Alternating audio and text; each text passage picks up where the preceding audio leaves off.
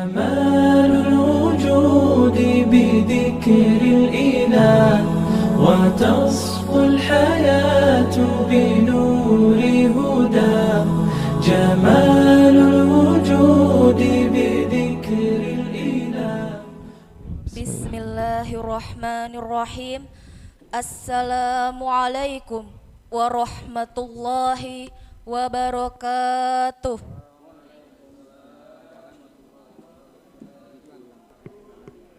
Alhamdulillahi Rabbil Alamin. Wassalatu wassalamu ala asrafil anbiya'i wal mursalin Sayyidina Muhammadin wa ala alihi wa sahbihi ajma'in. Amma ba'd. Rabbi shrah sadri wa yassir li amri wahlul 'uqdatam min lisani yafqahul qawli. Amma ba'du.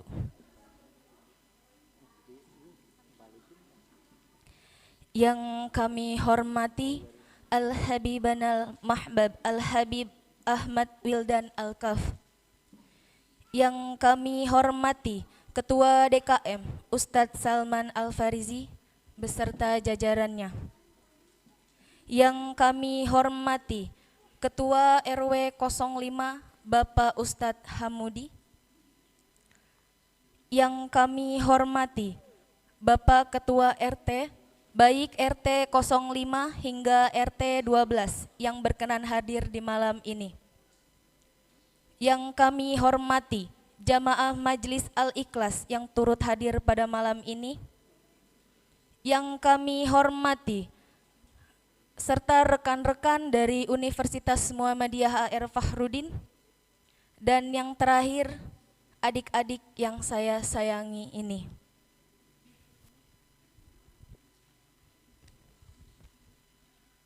Puji syukur alhamdulillah, mari kita senantiasa panjatkan kehadirat Allah Subhanahu wa taala atas limpah rahmat, taufik, hidayah dan inayahnya pada kita semua. Yang mana sampai saat ini kita masih diberikan iman, Islam dan kesehatan, sehingga pada malam hari ini kita dapat berkumpul bersama dalam pengkajian fikih dan santunan anak yatim piatu. Tak lupa sholawat dan salam selalu kita haturkan kepada Nabi kita, Nabi besar Muhammad Sallallahu Alaihi Wasallam beserta keluarga dan para sahabatnya, yang semoga kita mendapatkan syafaat beliau di hari kiamat. Amin amin ya rabbal alamin.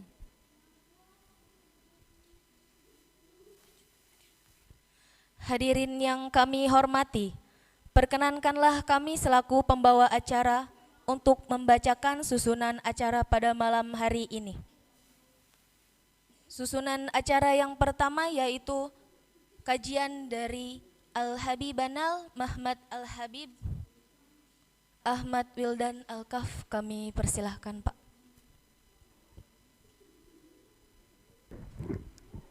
Bismillahirrahmanirrahim.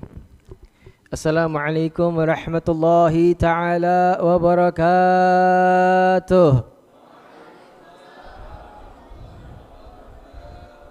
Ini bapak-bapak yang di belakang itu, kasihan duduk di batu ubin. Coba duduk di sini aja di samping nih.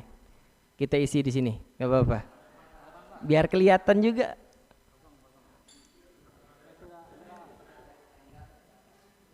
Iya, biar nggak geringgilan kakinya ntar, semutan ntar. Sini depan sini, samping sini. Iya, insyaallah.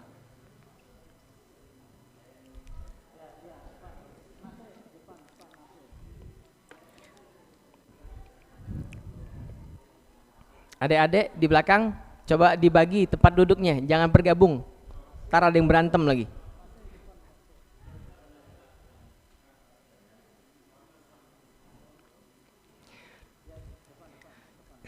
Bismillahirrahmanirrahim. Alhamdulillahirabbil alamin. Allahumma shalli wa sallim ala sayyidina Muhammad. أحب الأحباب الذي ذكره ينور الألباب وما ذكرناه في مجلس إلا وطاب صلى الله وسلم عليه وعلى آله وصحبه ملء الميزان ومنتهى العلم ومبلغ الرضا وزنة عرشه عدد خلقه ورضا نفسه وزنة عرشه ومداد كلماته. اللهم إنا نسألك علما نافعا اللهم فقهنا في الدين Allahumma 'allimna ta'wil, Allahumma hdina ila sawa'is sabil, ya akramal akramin wa ya arhamar rahimin. Wa sallallahu ala sayyidina Muhammad wa ala alihi wa sahbihi wa sallam. Alhamdulillahi rabbil alamin. Tanda cinta, karunia, rahmat, kasih sayang yang Allah Subhanahu wa taala berikan kepada seorang hamba adalah Allah mempermudah, Allah menjodohkan, Allah mempertemukan seseorang tersebut kepada tempat atau wilayah atau majlis yang mengajarkan di situ ilmunya Allah Subhanahu wa taala, yang mengajarkan syariatnya baginda Nabi Muhammad sallallahu alaihi wa alihi wasallam. Maka hal tersebut dari kasih sayang dan cinta dari Allah Subhanahu wa taala patut untuk kita ucapkan alhamdulillah ala ni'amillah. Alhamdulillah atas nikmat-nikmat yang Allah Subhanahu wa taala berikan. Pada bulan yang lalu, ini sebagian yang hadir di sini ada yang istiqomah nggak nih? Soalnya kita ini masih ada lanjutan pelajaran, khususnya ibu-ibu. Kayaknya saya ngelihat sekarang berubah, ibu-ibunya jadi awet muda atau balik muda. Kemarin kan ibu-ibu, ini kelihatannya bukan ibu-ibu nih. Masya Allah, alhamdulillah. Ya. Ketika Allah Subhanahu wa taala mengajarkan kita, di mana di bulan kemarin ini Allah kasih gambaran selama kita belajar, kita jelaskan di situ, maka diulang lagi sedikit mungkin bagi teman-teman sahabat-sahabat yang belum pernah dengar, jadi kita jelaskan sedikit, ulang lagi sedikit tapi supaya menguatkan hafalan juga bagi yang sudah hafal. Allah Subhanahu wa taala menciptakan kehidupan di dalam dunia ini, maka manusia membutuhkan rukun kehidupan atau anggota kehidupan. Di bulan lalu kita sudah jelaskan apa saja yang dibutuhkan. Ini siapa yang hadir bulan lalu nih? Duduk depan ini saya kenal semua nih. Apa aja ini rukun kehidupan? Yang pertama, badan. Yang kedua, ruh. Dan yang ketiga, perasaan. Adik-adik semuanya, coba perhatikan. Kalau kita hidup di dunia ini tidak memiliki badan, kita hanya punya ruh, maka apakah kita? Hantu, gentayangan. Jadi kita butuh yang namanya badan. Kemudian apabila kita punya badan tapi kita tidak punya ruh, apakah kita? Mayat. Oke, jangan pernah lupa ketika seseorang tersebut telah memiliki badan, telah memiliki ruh, maka wajib juga memiliki perasaan, zahir dan batin. Apa itu perasaan zahir dan batin? Zahir yang nampak pada tubuh kita seperti mata yang bisa kita ngelihat warna-warni. Coba kira-kira ada nggak di sini yang Allah cabut penglihatannya? Enggak buta, enggak, tapi segala sesuatu yang dilihat hanya hitam dan putih atau sepia kuning hitam, ya kayak foto-foto jadul. Mata lo jadul, kira-kira mau nggak? Baru di mata, kemudian hidung. Selama ini kita bisa nyium, wah masya Allah aromanya enak banget, masya Allah minyak wangi seneng banget. Siapa itu ini? Jadi kita bisa mencium aroma. Coba bisa bayangin, kemarin mungkin ada yang pernah kena COVID sehingga dia nggak bisa nyium, orang pakai minyak wangi, masya Allah minyak wanginya mahal, ini keren banget, yang dia nggak bisa nyium. Begitu pun juga dengan lisan, lidah kita yang selama ini kita bisa menikmati rasa manis, asam, pahit, apalagi semua rasa yang kita rasakan, kecut, itu semua adalah karunia yang Allah berikan kepada kita. Coba bisa bayangin kalau lidah kita kapalan. Ayo kita balap-balapan makan cabai. Lo makan sambal sedikit doang udah pedes. Saya bisa makan cabai 1 kilo. Kira-kira bangga nggak? Seneng nggak? Menikmatin cabai 1 kilo tapi ternyata cabai tersebut nggak ada manfaat pada diri kita. Nggak ada rasa pedas, ya percuma. Makanya itulah yang disebut dengan perasaan di dalam kehidupan.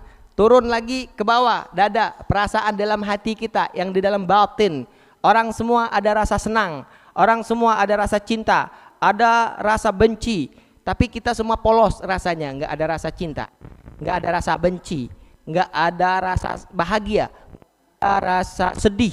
Orang semua pada nangis nonton film drama Korea, yang dia nggak nangis. Orang pada ketawa semua nonton film Mr. Bean, yang dia diem doang. Lu pada ketawa ngapain? Ini lucu banget nih, pada semua ketawa, dia diem. Ada orang meninggal, keluarganya meninggal, pada sedih semua, dia diem juga. Lu sedih nggak? Nggak tahu. Kira-kira nikmat nggak hidup kita kayak gitu? Jangan cuma sekedar kita ngerekam sana sini, tapi ilmu tersebut tidak bisa hati kita.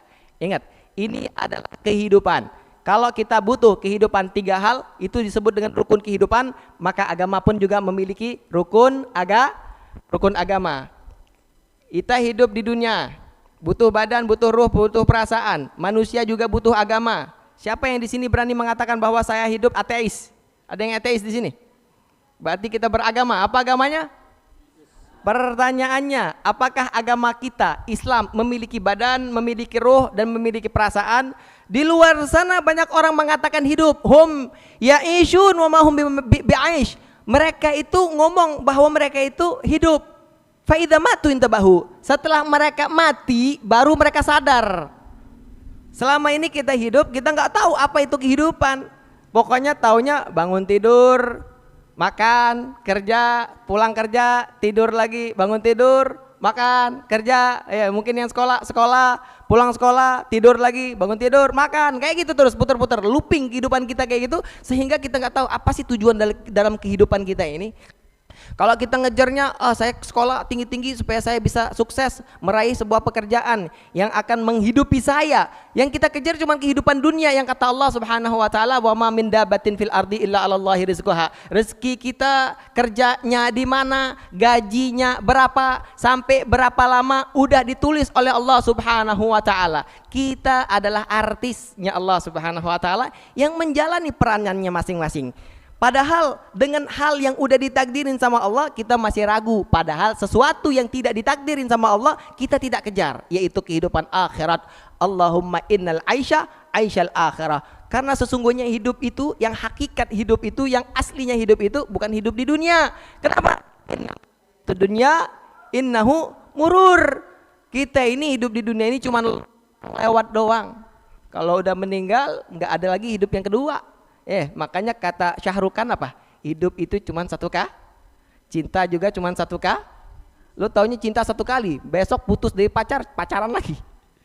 Katanya cinta 1 kali, tapi pacarnya banyak. Waliyadzubillah min dzalik. Makanya semua itu bukan dikategorikan cinta menurut Syahrukan. Makanya Syahrukan itu ilmunya bagus. Cinta itu 1 kali, maka jangan pernah kamu mencintai laki orang lain. Paham? Benar nggak? Lo cinta sama laki-laki yang belum tentu jadi suami lo. Ternyata dapat surat undangan dia nikah sama temen lo. Berarti siapa deh? Suami siapa? Suami temen.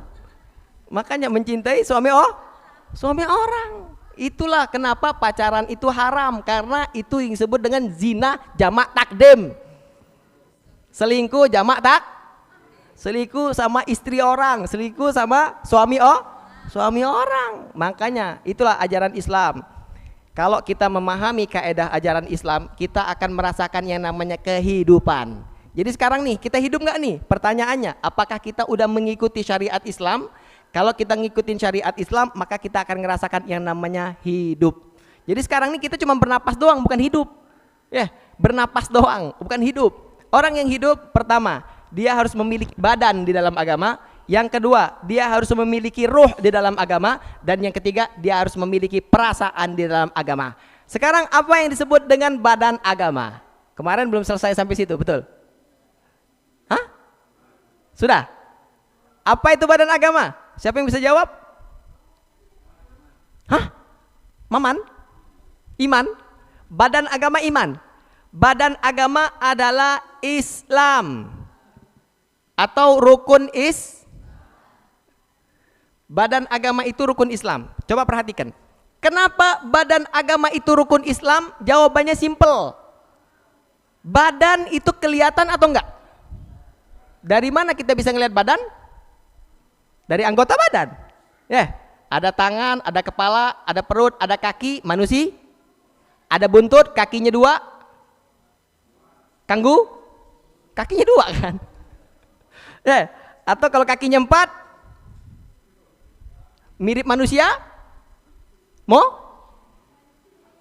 Jadi kalau dari badan kita bisa tahu, oh ini nggak punya tangan, ini nggak punya kaki, punyanya atap, punyanya kaca-kaca, 10 tingkat, 20 tingkat, berarti apa? Gedung. Dari hal tersebut, dari badannya, dari anggota tubuhnya, dari situ kita bisa tahu ini gedung, ini manusia. Maka Islam pun juga sama. Orang itu diketahui Islamnya dari rukun Islam. Contoh, jika kita ngelihat ada orang sholat di masjid, apakah kalian ragu kalau dia beragama Islam? Berani nggak nanyain dia, lo Islam apa Kristen lo? Dia sholat, inti mau nanya lagi nggak? Enggak kan? Puasa, kalau nggak salah lu kan Konghucu, kenapa lu puasa? Ikut buka puasa bareng lagi ya. Waktu kita lagi buka puasa di masjid dia juga datang, lu kan Konghucu. Enggak, mau ikut-ikutan makan. Ada kayak gitu? Apalagi zakat ya. Zakat fitrah ini mas, zakat fitrah saya ini. Loh, bukannya kamu Cina? Mentang-mentang mata gue sipit, terus lu anggap gue agamanya apa katanya kan gitu. Kalau ada nggak Cina ngeluarin zakat? Banyak. Cina Islam. Cina Islam. Makanya kita nggak bisa ngelihat dari tampilan, walaupun misal dia sholat tapi pakai kalung ada salibnya. Apakah kita mengatakan dia Islam atau dia Kristen? Hah? Dia sholat pakai salib. Satu kita bisa tahu, nggak mungkin orang Kristen mau sholat, karena di dalam sholat ada syahadat. Kalau syahadat login. Logikanya udah kayak gitu. Islam nggak? Hatta dia Kristen beneran. Kalau kita tanya lagi, kenapa kamu pakai salib? Oh ini kenang-kenangan dari nenek saya. Saya mu'alaf. Saya sangat cinta sama nenek saya. Suudzon nggak dari awal? Makanya kalau kita udah tahu tampilan itu bukanlah patokan dari alamat sesuatu, alamat agama. Makanya disebut dengan badan agama apabila dia melakukan rukun Islam. Haji, waktu lagi tawaf ketemu sama temen Kristen, lu ngapain tawaf di sini? Jalan-jalan, tamasya. Ada nggak? Ketika kita sa'i juga kayak gitu, lu kan agamanya ateis, lu ngapain ke sini? Olahraga. Pernah kita haji atau umroh lagi sa'i ketemu orang yang non muslim olahraga, jumroh, lempar jumroh. Lu ngapain lempar jumroh? Lu kan Kristen. Enggak, latihan lempar doang, olahraga. Ada? Enggak ada. Makanya orang yang beribadah melakukan rukun Islam, enggak perlu kita tanya agamanya apa, kita udah pasti tahu ini beragama Islam. Sama seperti badan tadi, dengan anggota badan kita. Ada tangannya 2 bukan 4, apalagi 5, apalagi 10, laba-laba. Ya betul. Nah kurang lebih kayak gitu. Kemudian yang kedua, jadi ingat kenapa, apa itu badan agama? Badan agama adalah rukun Dari mana kita bisa tahu rukun Islam itu badan agama? Dari anggota atau rukun-rukun rukun itu kan artinya anggota. Nah, kemudian yang kedua, beralih yang kedua, ruh agama. Jadi kalau kita hidup kita butuh badan dan juga kita butuh ruh. Kalau kita cuma ngerjain sholat doang, ngerjain puasa, ngerjain zakat dan haji, syahadat, tapi kita tidak punya ruh, maka orang tersebut cuma sekedar beragamakan Islam tapi tidak punya keimanan kepada Allah Subhanahu wa taala. Maka apa itu ruhnya agama? Ruh agama adalah rukun iman. Kenapa rukun iman disebut dengan ruh agama? Simpel juga jawabannya. Kalian pernah lihat ruh nggak? Gimana bentuknya? Bulat, petak, lonjong? Hah? Pernah lihat? Jangankan kita manusia, Rasulullah pernah ditanya, ya Rasulullah, wa yas'alunaka 'anir ruh, qulir ruh min amri Rabbi. Ketika ada orang kafir bertanya, ya Rasulullah, bentuk ruh itu kayak gimana? Rasulullah jawab apa? Kata Allah Subhanahu wa taala, qulir ruh min amri Rabbi. Ruh perkara Tuhanmu. Perkara Tuhanmu di dalam tafsir, siapa yang sering mainin ruh? Cucu cabut ruh siapa? Malaikat? Hoi. Jibril. Malaikat apa? Suara lu pelan banget, Israel, takut lu kedengaran Israel, ntar digampar sama Israel.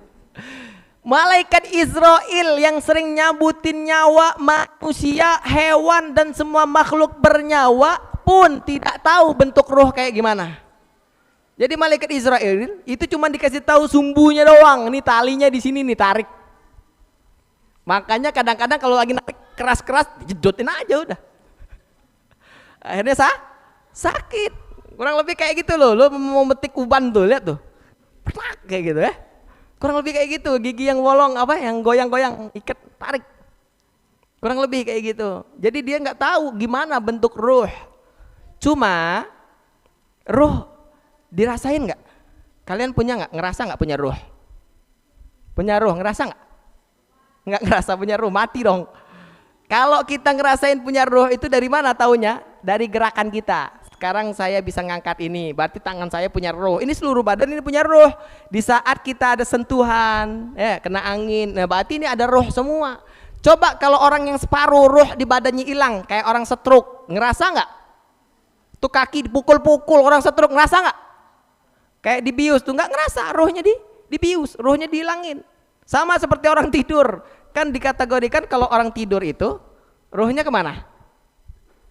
Ruhnya jalan-jalan dulu sebentar, makanya lo kadang-kadang mimpi, lo jalan-jalan ke pacar akhirnya mimpi basah. Gara-gara nggak baca doa dulu tuh, ada setan nganterin roh lo, yuk sini yuk, mimpi lo aja diajakin maksiat, biar bangun-bangun semangat maksiatnya. Tadi kan mimpi, sekarang harusnya realita. Waliyadzubillahi min dzalik. Paham? Makanya doa dulu kalau belum tidur, ntar rohnya digendeng sama setan lo. Kalau orang tidur, kadang-kadang nggak berasa, gigit nyamuk nggak berasa. Coba kalau masih belum tidur, aduh banyak banget nyamuk ini, semprotan udah habis, autan nggak ada, udahlah puyang, udah kalau udah tidur, bangun-bangun udah subuh aja, kalau subuh bangun-bangun udah matahari keluar, nggak ngerasa kan? Tiba-tiba udah lewat aja masa dimana kita malam-malam itu udah berantem tuh sama, kalau yang punya suami istri udah berantem sama istrinya mungkin plak lagi tidur. Kayak gitu, malam-malam yang ngigau, yang teriak-teriak, yang nggak tahu, yang histeris. Padahal kamu malam tuh tidurnya jalan-jalan ke dapur, ngawang kayak gitu, balik lagi. Kan nggak tahu. Makanya itu disebut rohnya hilang. Jadi nggak ngerasain apa-apa. Dibius kayak gitu juga nggak ngerasain apa-apa. Wajib bagi setiap individu memiliki ruh di dalam agama. Kenapa? Kalau misal agamanya tidak mempunyai ruh, maka sama seperti punya badan tapi tidak bisa melakukan apapun. Ingat, tidak bisa melakukan apa? Mayat hidup. Agamanya juga mayat hidup. Maka apa itu ruh di dalam agama? Ruh dalam agama adalah rukun sebagaimana ruh tidak kelihatan, maka iman seseorang tidak kelihatan. Coba siapa yang bisa nebak nih, imannya Habib berapa persen? Iman lu berapa persen? Semua orang nggak akan pernah tahu imannya berapa banyak. Hari ini imannya lagi kecas, Masya Allah, Al-Quran, Bismillahirrahmanirrahim, Alhamdulillah. Besok imannya lagi down, gara-gara buka HP, kita putus. Lo gara-gara kata-kata kita putus doang langsung down, imannya hilang. Jadi booster imannya apa? Kita jadian. Astagfirullahaladzim. Imanuhum fi syahwatihim, imannya di dalam hawa nafsu. Waliyadzubillahi min dzalik. Makanya itu yang harus diperhatikan di dalam kehidupan. Kalau kita nggak mengerti apa itu iman, nggak mempelajari iman, maka hidup kita bagai mayat. Ya, itulah agama kita mayat. Ya, jadi itulah kita harus tahu apa itu iman kepada Allah, apa itu iman kepada apa itu iman kepada kitab, apa itu iman kepada Rasul, apa itu iman kepada hari kiamat, apa itu iman kepada qada dan qadar. Ini yang paling banyak terjadi, orang-orang nggak memahami bagaimana mengimani takdirnya Allah Subhanahu wa ta'ala. Sebenarnya takdir Allah Subhanahu wa ta'ala khairihi wa syarrihi, baik ataupun jelek. Kalau baik senangnya bukan main, kalau jelek sedihnya bukan main. Itu sebenarnya bukan berarti kita meyakini takdir secara utuhnya. Kalau kita utuh benar-benar meyakini takdirnya Allah, takdir yang baik, kita nggak terlalu senang. Kenapa? Segala sesuatu yang indah ini akan ada ujungnya, akan ada masanya. Masya Allah dapat mobil baru, besok juga penyot. 1, 2, ini HP baru, wah main terus sama HP baru. Besok udah bosen, ya keluar lagi yang model baru. Ini iPhone 12, iPhone 13, iPhone 14, iPhone 15, iPhone 20. Nggak kelar-kelar, akhirnya apa? Saat kita punya hal yang baru kita senang, besok-besok malah kita benci. Hal yang paling kita senang malah jadi hal yang paling kita benci. Makanya nggak meyakini bagaimana takdirnya Allah Subhanahu. Saya tidak akan membahas tentang takdir panjang lebar. Kita juga nggak perlu baper di sini karena ini bukan pembahasan tauhid. Kemudian yang terakhir, perasaan. Kita tadi tahu hidup itu harus memiliki mata bisa memandang warna-warni, hidung harus mencium bau ini dan bau itu. Kalau kita COVID maka kita sedih minta ampun karena bisa nyium bau wangi ataupun busuk. Maka hidup dalam agama pun juga kita ngebutuhin hal tersebut. Kita ini kadang-kadang cuma sholat doang. Sholat ya, iman, oh iya iman, saya yakin sama Allah Subhanahu wa ta'ala. All is well, all is well. Segala sesuatu akan kelar kalau Allah Subhanahu wa ta'ala jika mengatakan kun fa, oh imannya Masya Allah. Tapi ingat satu hal, anta'budallah ka'annaka tarah fa illam takun tarah fa innahu yarak. Kalau kita masih beraktivitas di belakang Allah, masih seakan-akan nih kalau kita ngelakuin depan manusia kita malu, tapi kita tidak malu di depan Allah Subhanahu wa ta'ala, maka kita masih belum punya perasaan di dalam agama. Jadi perasaan di dalam agama apa? Hablum minallah wa hablum minan nas. Ma bainaka wa bainallah wa ma bainaka wa bainal makhluk.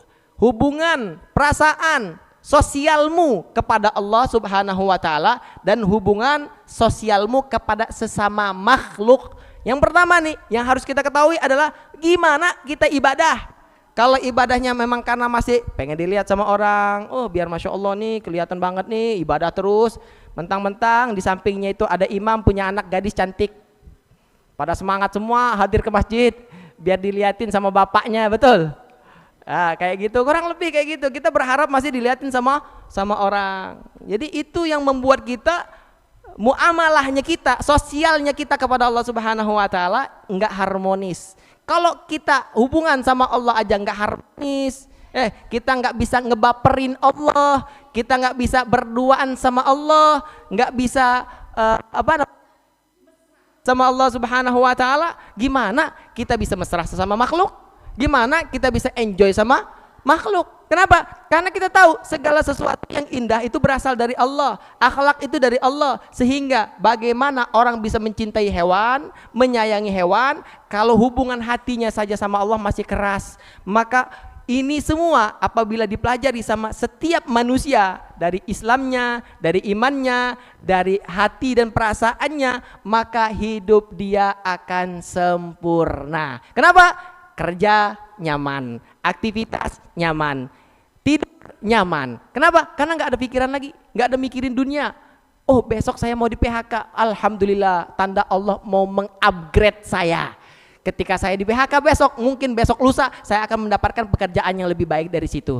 Kenapa? Husnudzon sama Allah Subhanahu wa ta'ala. Yang penting satu, kita kerjain terus, sholatnya udah bener, iman kepada Allah udah bener, maka perasaan tersebut akan menjaga keseimbangan kehidupan kita di dunia sampai di akhirat, sampai ketemu Allah Subhanahu wa ta'ala. Amin ya rabbal. Maka dari situ saya informasikan lagi sebelum ditutup, karena ini belum buka fikih ini, saya bawa kitab ini belum baca nih. Saya bawa kitab ini baru mau menjelasin nanti apa yang akan kita pelajari. Ingat, ini PR-nya jangan sampai lupa. Dimanapun Anda berada, bagaimanapun Anda harus mendapatkan guru yang mengajarkan badan agama. Apa itu badan agama tadi? Rukun Islam. Rukun Islam yang mempelajari tentang sholat, zakat, puasa, haji adalah pelajaran fikih. Kalian gak akan pernah ketemu tuh cara sholat dengan benar di kitab IPS. Gak bakal ketemu cara sodakoh dengan benar, zakat dengan benar. Tahu niat zakat gak? Tahu niat puasa? Ada nggak di buku matematika? Nggak ada. Buka halaman sekian kata ibu guru. Ini niat puasa nih, nawaitu saumagadin. Ini kitab sesat. Jadi nggak ada. Makanya dari ilmu fikih itu kenapa? Nih dek semuanya, kita ini kadang-kadang suka galau. Pikiran kita suka sumpah. Kenapa? Karena innas salata tanha anil fahsya'i wal munkar. Yang buat kita galau adalah kita mengerjakan sholatnya nggak bener. Apalagi nggak sholat. Sholat nggak? Nggak sholat. Aduh, intinya nih nasihat Habib nih ya, kalian mau maksiat nggak apa-apa, yang penting tobat sebelum mati. Kalau udah mati belum tobat, DL ya. Namanya manusia masih suka maksiat wajar, manusia. Lo kalau nggak suka maksiat, malaikat. Pernah dengar malaikat maksiat? Aduh, ini malaikat pacaran, kenapa ini? Gak pernah kita lihat malaikat bermaksiat. Jadi namanya manusia masih suka maksiat, masih baper kalau dipuji-puji sama orang. Cakep banget nih, orang mana neng? Seneng. Besok jadian. Jangan dijadiin kalau memang harus jadian, paham? Intinya apa? Mau maksiat itu wajar, namanya manusia. Yang penting taubat sebelum kita meninggal. Jangan, udahlah kalau gitu ya maksiat bentar ah. Ngomong sama malaikat, malaikat hati-hati ya, diem-diem aja ya, jangan cabut nyawa gue sekarang, tobat dulu. Ya udah tobat, nggak taunya nggak sengaja tuh malaikat kesandung, aduh kecabut. Malaikat kesandung kecabut nyawa kita, astagfirullah, sorry, mau dibalikin lagi? Hah? Mau dibalikin lagi nggak bisa lagi, gara-gara malaikat kesandung tuh, hati-hati makanya ya. Makanya kalau mau maksiat pikir-pikir, jangan sampai ntar ada malaikat kesandung, hati-hati tuh, sekitar kita tuh jangan sampai ada sesuatu yang bisa membuat malaikat kesandung. Paham kira-kira sampai sini? Jadi yang pertama, ilmu yang mengajarkan tentang ibadah sholat. Kalau kita masih ninggalin sholat, saya tadi bilang apa? Masih maksiat wajar, tapi ninggalin sholat nggak wajar. Orang yang ninggalin sholat berarti dia udah nantang Allah Subhanahu wa ta'ala. Berarti dia ngomong, ya Allah, aku mau menikmati nerakamu. Jadi kalau kita ninggalin sholat berarti gitu. Intinya jangan pernah kita ninggalin sholat, karena sholat itu adalah pertama kali yang akan ditanya di hari kiamat. Meski sholat kita masih nggak sah, Bib saya mah masih belum belajar fikih, Bib saya sholatnya masih berantakan, Bib waktu itu saya pernah dengar penjelasan Ustadz, Bib tentang niat gini. Selama ini saya ngelakuin sholat nggak sesuai dengan fikihnya, berarti sholat saya selama ini nggak sah. Alhamdulillah, ketika kamu mengatakan bahwa saya tidak sah, berarti saya sekarang udah ngerti caranya. Insya Allah dari sekarang sampai besok udah mulai sah nih. Tapi pertanyaannya udah selesai belum? Belum selesai. Kajian masalah sholat ini panjang. Inilah yang akan kita bahas. Banyak orang yang ngelakuin sholat, tapi sholatnya nggak sah. Mau nggak? Lu udah payah-payah sholat, tiap hari sholat, pakai mukena, rambutnya 1-2 helai keluar. Nih yang sekarang ini pakai jilbab, masya Allah, untuk nutupin aurat. Tapi kadang-kadang kalau kita nggak memahami bagaimana cara menutup aurat, ternyata orang yang berjilbab banyak atau jalbaba, orang yang pakai jilbab tapi dia nggak berjilbab. Kenapa? Karena tujuan berjilbab apa? Menutupi aurat supaya nggak dosa. Niatnya udah bagus. Ketika kita menutupi aurat supaya nggak dosa, tahu nggak dosa terbukanya aurat? Dosa terbukanya aurat apabila kita ngidupin wifi atau kita buka YouTube, jalan terus tuh YouTube, kuatannya jalan nggak? Kuatannya jalan, itulah dosa yang transfer ke diri kita sendiri. Makanya ketika kita kalau mau menghindari dosa, jangan tanggung-tanggung. Kalau mau menutup aurat, benar-benar nutup aurat. Kalau gitu mah kita alhamdulillah ya, para laki-laki nggak perlu pakai jilbab, jenggot kemana-mana juga nggak apa-apa. Betul Pak? Betul. Jangan santai dulu Pak, kita di rumah kadang-kadang pakai celana pendek Pak. Di rumah juga Bib. Saya sama istri mah kadang-kadang kalau di kamar mah nggak pakai baju Bib. Lu di kamar nggak apa-apa. Tapi aurat kita bukan cuma di depan istri ya nggak ada aurat Pak. Mau telanjang juga nggak apa-apa, nggak ada aurat. Tapi kita punya anak, apalagi kita ada tamu, kita ada tetangga, anak kita itu bukan seperti istri. Anak kita mungkin kita mandiin mereka waktu kecilnya, udah gede, mau mandiin nggak Pak? Kita punya anak udah gadis, mau dimandiin. Makanya artinya apa? Auratnya anak kita yang udah balik, bahkan diajarin dari sebelum balik, itu punya batasan-batasan. Walaupun ya saya mah tahu Bib, dari kecil juga saya biasa mandiin. Iya waktu kecil kita mandiin, waktu udah gede dia udah punya batasan-batasan yang harus dipengertikan oleh orang tua. Kalian juga bagi anak-anak yang sama orang tua di rumah, jangan asal-asal kalian ketika temen datang nggak malu, ketika ada sosok ulama datang malu. Saya pernah pengalaman, saya datang kepada teman, ya bukan teman lah, murid. Ketika datang, pada kabur semua. Lo pada kabur kenapa? Pakai celana pendek. Laki-laki pakai celana pendek. Lo kabur dari gue. Karena lu pakai celana pendek, lu malu sama gue. Sedangkan orang lain di sekitar kamu nggak malu. Kenapa? Karena kamu anggap orang yang di sekitar kamu orang biasa, bukan ustadz, bukan habib. Lu sama habib malu, tapi sama Allah ahakku antas tahyi minhu. Allah itu lebih berhak untuk kita malu daripada sama manusia. Manusia emang apa sih? Kalau ngelihat kita terbuka aurat, laki-laki ngelihat Anda terbuka aurat apa? Ngiler. Kalau Allah, kata Allah Subhanahu wa taala, kau udah ku kasih nikmat rahmat, udah ku kasih nikmat nafas, ku kasih nikmat kecantikan, ku kasih nikmat ketampanan, kamu buka auratmu. Kamu minta nerakaku, kata Allah Subhanahu wa taala. Wal iyadzubillahi min dzalik. Makanya ingat ke depan, kalau kita mau belajar ilmu, nggak usah banyak-banyak. Kita belajar apa? Al-Qur'an boleh, bagus. Belajar Al-Qur'an bagus. Tapi ada ma la yutimul wajib illa bihi fahuwa wajib. Ada sesuatu yang apabila tidak sempurna sesuatu tersebut tanpa sesuatu, maka sesuatu tersebut hukumnya wajib. Contoh, saya mau tanya semuanya, sholat wajib nggak? Ada yang bilang sunnah sholat? Ada sunnah. Ba'diyah qobliyah sunnah nggak? Oke. Kalau qobliyah maghrib itu sunnah, takbiratul ihram, baca Fatihah, ruku, sujudnya wajib nggak? Loh kan sholat sunnah. Kalau sholat sunnah kan udah nggak usah takbir ya. Nyanyi aja gak apa-apa. Boleh nggak? Nggak usah ruku lah, nggak usah ruku. Kan sholat sunnah. Sholatnya kan sunnah, nggak wajib kan? Kenapa? Ketika kita melakukan sholat sunnat ke Allahu Akbar, ketika kita udah takbiratul ihram, maka semuanya jadi wajib. Maka la yatimul wajib illa bihi fahuwa wajib. Begitupun juga sholat wajib, sholat fardu wajib. Tapi wudunya wajib apa sunnah? Kira-kira kalau kita boleh nggak? Gitulah kurang lebih. La yatimul wajib illa bihi fahuwa wajib. Tidak akan sempurna sesuatu apabila dengan sesuatu maka sesuatu tersebut hukumnya wajib. Begitupun juga dengan ilmunya. Ilmu fikih yang mengajarin bagaimana cara kita sholat dengan benar.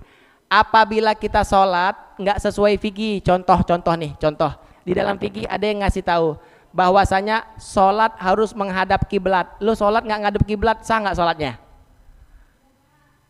Apa yang harus ngadep kiblatnya? Kepala, dada, tangan, kaki.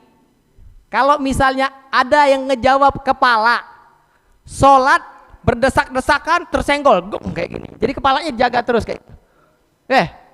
Kira-kira sah nggak sholatnya? Kalau orang nggak tahu fikih, itu sholat dia batal karena dia nggak tahu fikih, dia nerusin sholatnya. Ya, kalau nggak tahu fikih, makanya mesti kita memahami fikihnya. Ketika kita bergerak, apabila kita tidak kembali langsung, ketika diginiin ya udah, apa ini orang kayak gitu dalam hati kita, itu hukumnya udah batal. Belum lagi permasalahan yang lain, contoh masalah niat. Kalau kita niat sholat, apa niat sholat?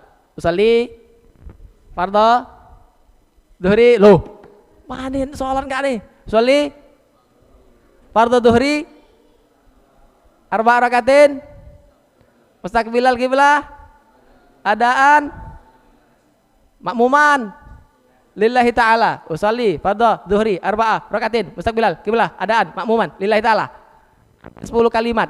Kapan niatnya? Kapan niatnya? Sebelum takbiratul ihram. Sebelum takbiratul ihram.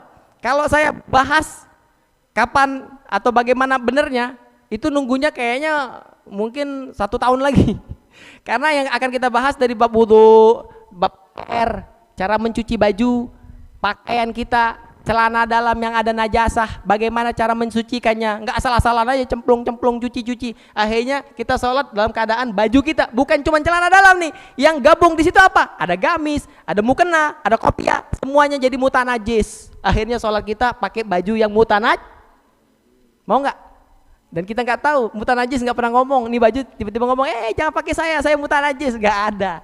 Sesuatu yang mutanajis itu ada yang ainiyah yang kelihatan, ada yang hukmiyah. Hukmiyah itu yang nggak kelihatan. Contoh, rumah Anda itu suci atau najis?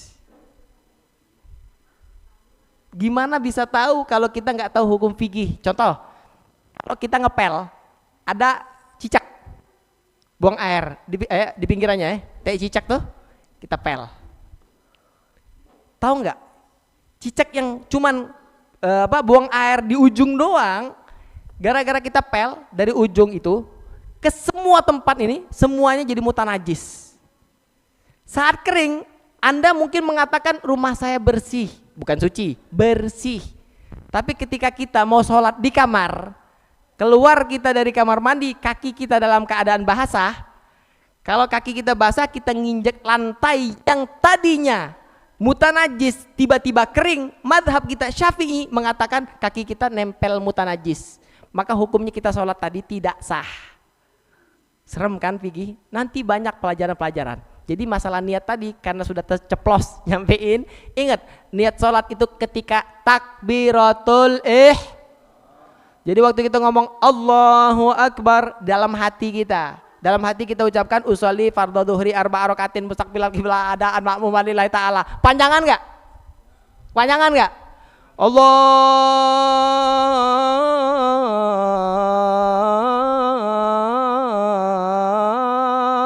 Akbar, lu adzan. Sholat model apa kayak gitu? Ingat, sholat itu nggak boleh takbiratul ihram ya. Yang pertama itu nggak boleh lebih dari 7 ketukan. Allahu Akbar. Lebih dari itu batal hukumnya dan afdolnya paling ringkas. Allahu Akbar. Wah, Bib gimana cara niatnya? Usolli fardhu dhuhri, selesai. Arba'a rakaatin mustaqbilal qiblah adaan makmuman. Itu semua sunnah kecuali makmumannya kalau Anda sebagai makmum. Karena kalau misal kita nggak nyebut makmum, lo nggak boleh bermakmum sama dia, karena nggak ada akad. Kalau nggak ada akad, maka kita nggak bisa menunggu. Misalnya ghairil maghdubi alaihim waladdallin, amin. Kita harus ruku nggak nih? Ruku nggak? Kita waktu mau ruku, yang imam alif lam mim. Dzalikal kitabu la raiba fihi hudal lil muttaqin. Sampai kelar Baqarah dibaca sama dia. Lo nunggu nggak? Ini imam kapan kelarnya? Gara-gara lu yang tidak ada hubungan sama imam, artinya lu bukan makmumnya dia. Gara-gara nunggu kayak gitu, maka sholat Anda batal. Sholat itu nggak boleh diem. Allahu Akbar misalnya. Ghairil maghdubi alaihim waladdallin, amin. Aduh mau ruku capek banget. Nunggu aja dulu nggak boleh, paham? Nggak pernah tahu kan? Lo kadang-kadang nungguin kan? Biarin dulu dah. Kecuali sebagai imam nungguin si makmum mau datang nih, yang makmum ribet lagi, pakai kancing dulu. Tunggu mam. Boleh nggak? Boleh aja boleh. Si makmum ngomong sama imam, mam tunggu mam. Kalau mam nggak nunggu, tak kampleng lo. Si imam nunggu, misalnya minal jinnati wan nas. Belum kelar ente, tapi nggak boleh kelamaan juga. Aduh lama banget ini. Ambil rokok dulu lah. Gak boleh, langsung rokok kalau udah ngerasa kelamaan. Nanti batasannya kayak gimana akan ada di dalam babnya. Kurang lebih itulah disebut dengan ilmu fikih. Kemudian yang kedua, ruh agama tadi namanya ilmu tauhid. Kemudian yang terakhir adalah ilmu tasawuf. Jadi kalau mau tahu perasaan gimana caranya kita mengelola sanubari kita, mengelola perasaan kita, mengelola mood kita di dalam ibadah, di dalam kehidupan sekaligus terhadap manusia. Termasuk nih yang akhwat-akhwat mungkin udah jenjang waktu-waktu dideketin sama laki-laki, betul? Ada laki-laki yang datengin nggak nih? Kalau nggak ada mau diomongin di sini yang bujang-bujang. Bujang. Tuh kode kalau mau kenal. Ta'aruf ya langsung ya, udah ta'aruf nggak jadi keluar, jangan ta'aruf nggak jadi lanjut terus, paham? Nih di saat ada ta'aruf, tasawuf itu ngajarin gimana cara ta'aruf dengan benar, makanya itulah yang dibutuhi dengan majelis taklim. Jadi 3 majelisnya, majelis fikih, majelis tauhid, majelis tasawuf. Bib kalau majelis Al-Quran gimana? Majelis Al-Quran bagus, yang penting jangan tinggal 3 ini dulu ya.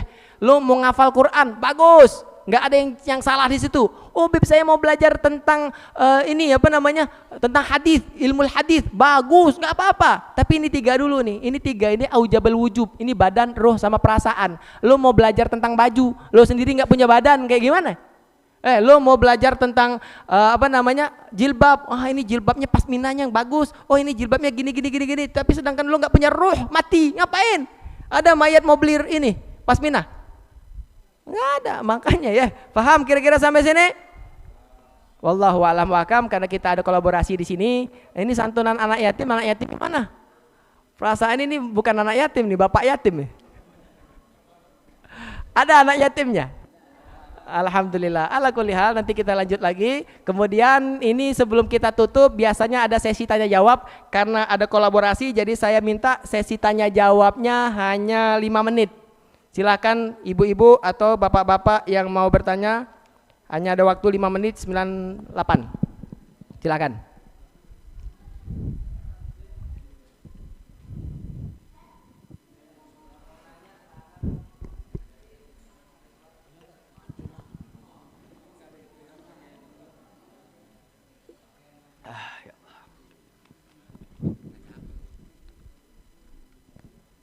Bismillahirrahmanirrahim. Assalamualaikum warahmatullahi wabarakatuh. Assalamualaikum. Mohon izin Habib, mau nanya Habib, di dalam membangun rumah Habib istilahnya kan agak kurang jelas, coba mic-nya agak jauhi sedikit. bangun rumah itu kan ada septic tank ya di bawahnya, tapi digunakan untuk ibadah, sah enggak itu Habib kira-kira? Septic tank itu dijadiin tempat ibadah. Ya di atasnya itu karena atasnya keterbatasan tempat untuk ibadah itu, sholat gitu. Oh, jadi di bawah septic tank nih, atasnya tempat ibadah. Kira-kira septic tanknya ngerembes ke atas gak? Ya.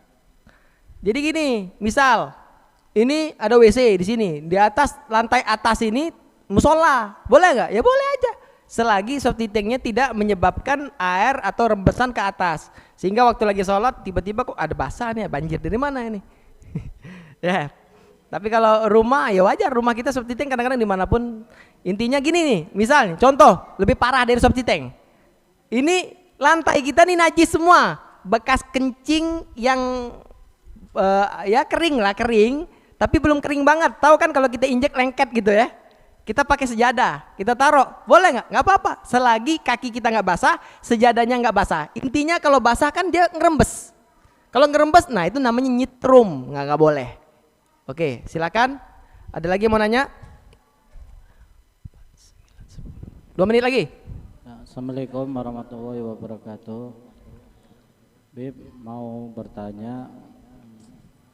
Yang pertama, kita untuk kajian kita ini, kita memakai kajiannya kitab fikih apa?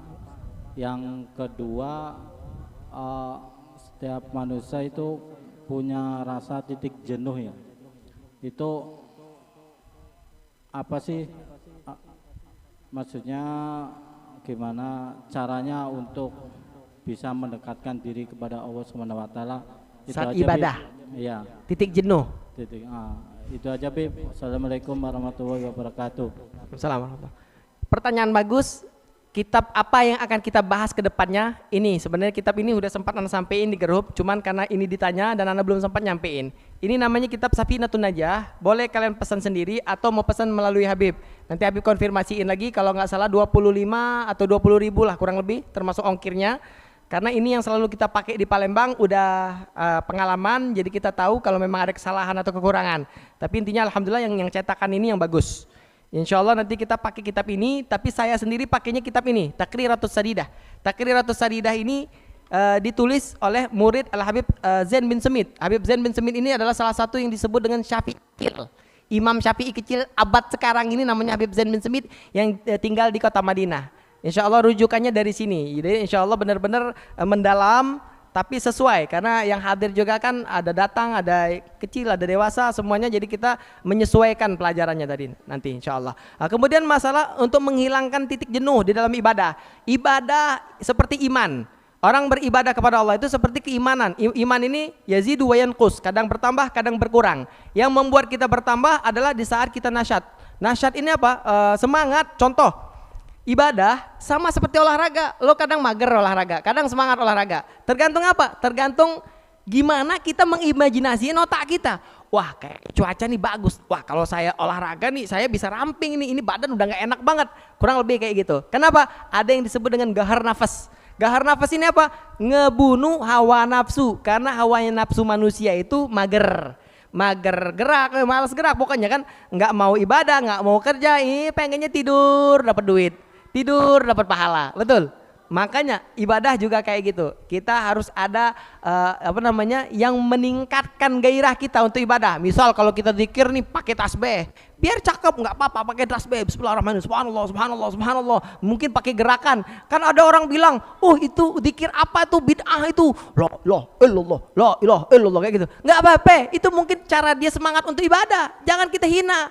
Kecuali kalau dia loncat-loncat sampai mabok-mabok pakai celana dalam doang, la ilaha illallah, baru ditegur. Ya, tapi kalau gerakannya masih nggak ngelanggar syariat, jangan kita bilang oh ini bid'ah, oh ini sesat dan lain sebagainya. Wallahu alam. Ibu yang cewek ada mau nanya? Assalamualaikum warahmatullahi wabarakatuh. Assalamualaikum warahmatullahi. Di sini saya perwakilan dari Universitas Muhammadiyah R. Fahrudin. Mau bertanya, Bib, bagaimana hukumnya ketika seseorang melakukan maksiat tetapi tetap mengerjakan sholat, zakat, dan puasa? Terima kasih. Wassalamualaikum warahmatullahi wabarakatuh. Assalamualaikum warahmatullahi wabarakatuh. Kalau misalnya STMJ sholat terus maksiat jalan, nggak apa-apa, nggak apa-apa. Allah adalah Tuhan yang selalu membuka pintu taubat kapanpun, dimanapun dan bagaimanapun. Khairukum, paling baiknya kalian itu adalah at-taibun, orang yang selalu bertaubat.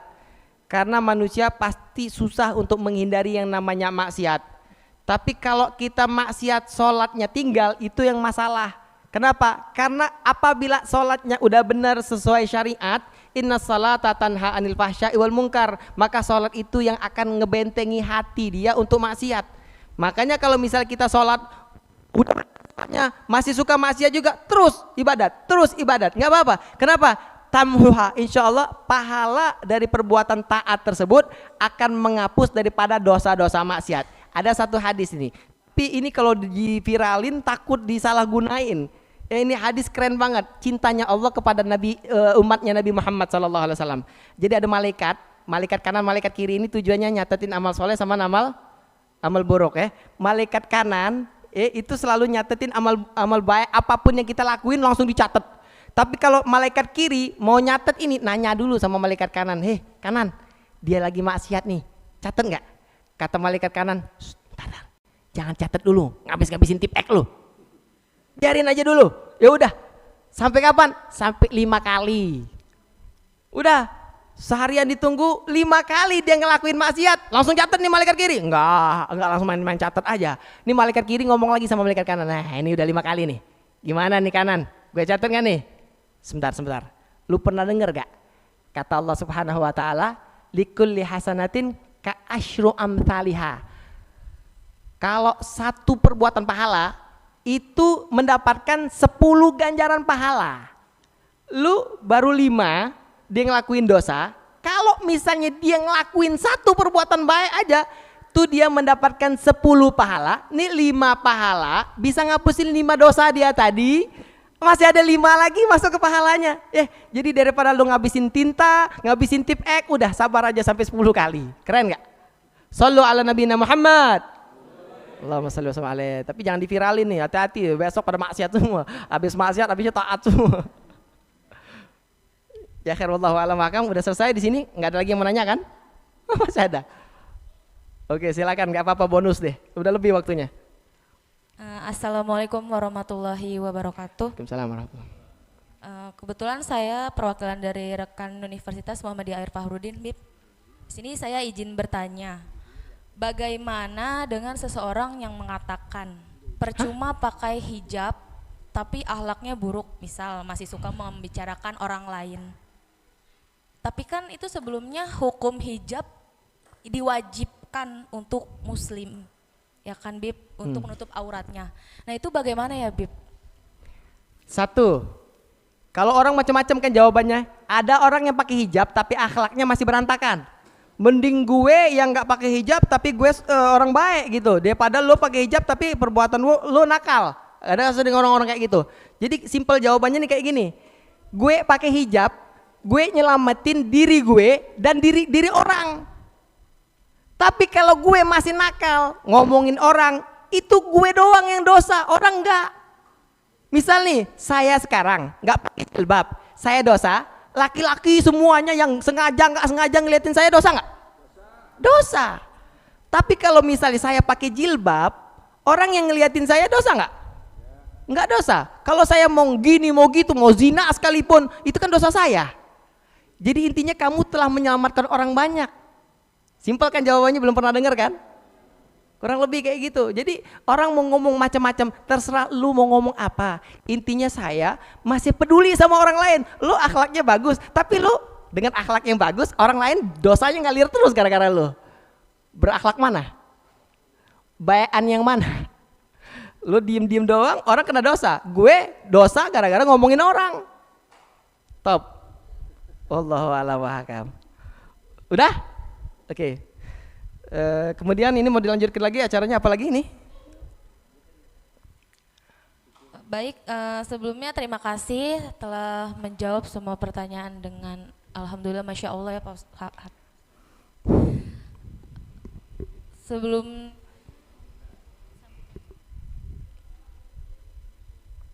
Semoga apa yang disampaikan oleh beliau kepada kita malam hari ini menambah pengetahuan kita tentang agama Islam itu seperti apa. Amin, amin ya robbal alamin. Acara selanjutnya yaitu sambutan ketua panitia dari rekan kita yaitu Mas Aji. Waktu dan tempat kami persilahkan.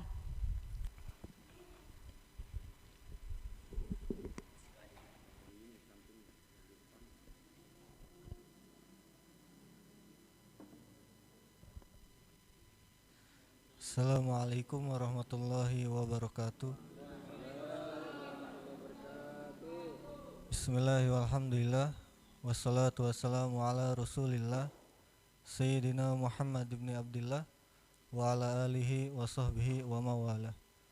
Asyhadu an la ilaha illallah wahdahu la syarikalah wa asyhadu anna Muhammadan abduhu wa rasuluhu alladzi la nabiyya ba'dah, amma ba'du. Faqad qala Allah Ta'ala fi kitabihil karim wa huwa asdaqul qailin. A'udzu billahi minasyaitonir rajim. Bismillahirrahmanirrahim. Wa ma arsalnaka illa rahmatal lil alamin. Shadaqallahul adzim. Wa qala Rasulullah sallallahu alaihi wasallam, man ahya sunati faqad ahabani wa man ahabani kana ma'i fil jannah. Wa qala nabiyyu aidan la yu'minu ahadukum hatta akuna ahabba ilaihi min nafsihi wal walidihi wan nasi ajmain. Al hadis. Pertama-tama marilah kita panjatkan puja dan puji syukur kehadirat Allah yang Maha Agung lagi Maha Ghafur, yang senantiasa melimpahkan karunia-Nya, yang senantiasa melimpahkan nikmat-Nya, nikmat sehat, nikmat panjang umur, serta nikmat Islam dan iman. Selawat serta salam marilah kita panjatkan kehadirat alam Nabi besar Muhammad sallallahu alaihi wasallam berserta keluarganya, para sahabatnya, para tabi'in-tabi'innya, khususnya kita selaku umatnya. Semoga kita mendapatkan syafaatnya yaumil qiyamah. Amin. Amin amin ya rabbal alamin.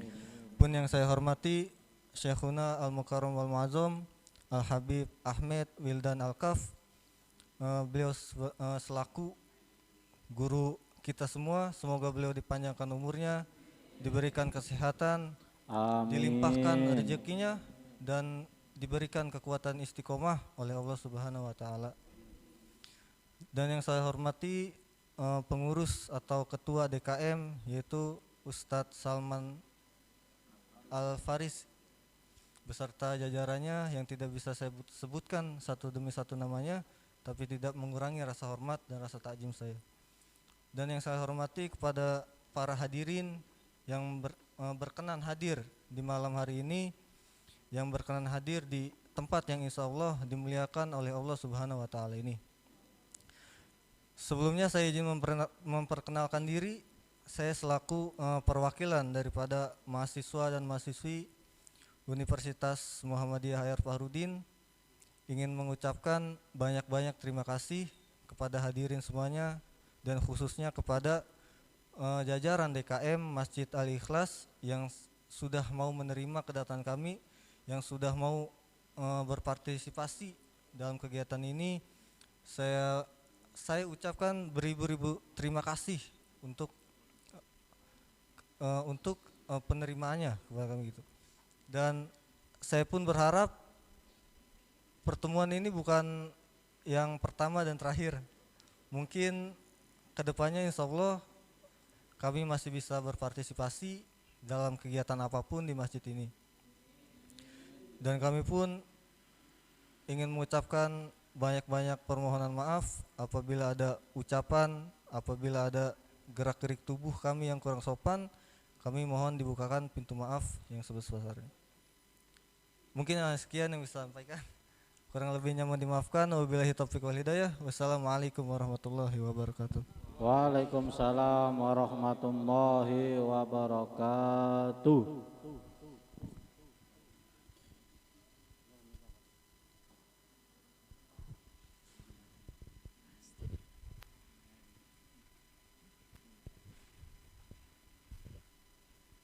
Alhamdulillahirrahmanirrahim. Terima kasih kepada Mas Haji untuk sambutannya. Selanjutnya itu kita masuk ke dalam acara inti, yaitu santunan anak yatim kepada rekan-rekan dari Universitas Muhammadiyah AHR Fakhruddin. Kami persilahkan. Kepada anak yatim yang hadir, silahkan maju ya. Tegar, Ardan, Sukma ya. Di sini perwakilan Bib karena kebetulan liburan, jadi ada yang pulang kampung. Jadi dari 10 data yang hadir, 3, 1 diwakilkan sama neneknya, 1 sama kakaknya lagi. Jadi 5 yang ini akan disantuni perwakilan. Silahkan maju. Tegar, Sukma, Ardan, sama neneknya Fadlan boleh. Ya, ayo.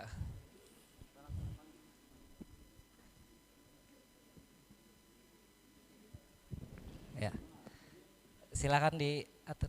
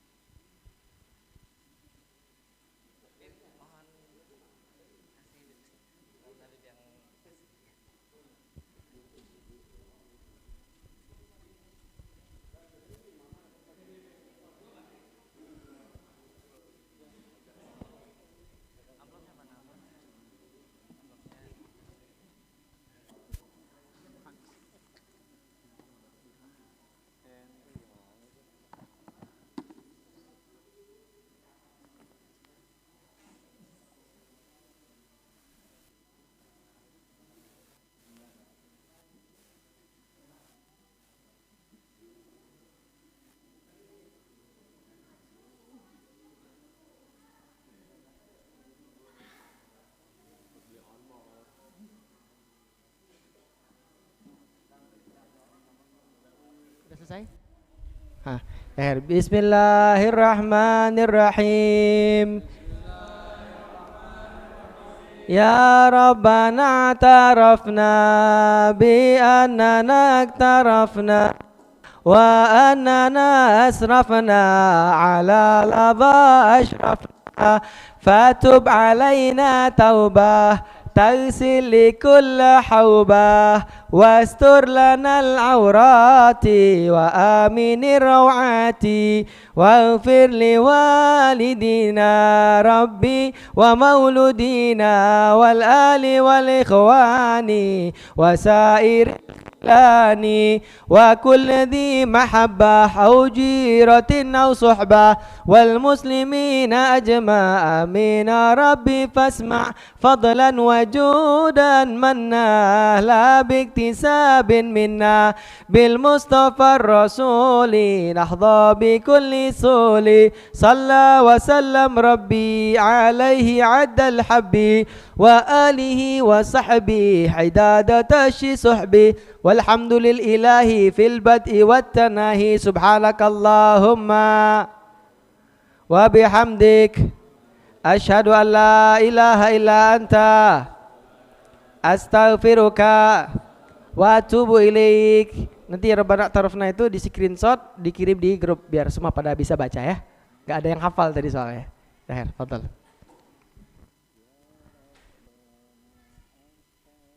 Alhamdulillahirrabbilalamin. Acara santunan malam hari ini berjalan dengan lancar. Sebelum menutup acara ini, saya selaku MC dan perwakilan dari rekan-rekan Universitas Muhammadiyah AR Fahrudin meminta maaf bila ada kesalahan dan kekurangan pada acara ini. Terima kasih banyak kepada Al-Habib Mahbab Al-Habib Ahmad Wildan Al-Kaf dengan kajiannya. Dan terima kasih banyak, saya akhiri acara ini dengan membaca Alhamdulillahirabbil alamin.